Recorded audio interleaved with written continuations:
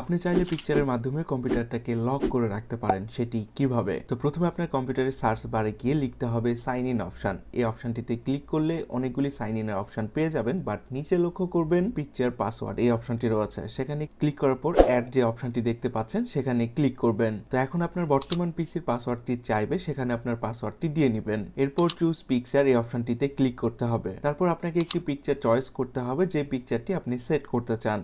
এরপর use this picture এই অপশনটিতে ক্লিক করুন। এরপর এই পিকচারের 3টি জায়গা আপনাকে ক্লিক করতে হবে এবং কনফার্মের জন্য আবারও সেই একই জায়গাতে আপনাকে ক্লিক করতে হবে। এরপর ফিনিশে ক্লিক করবেন।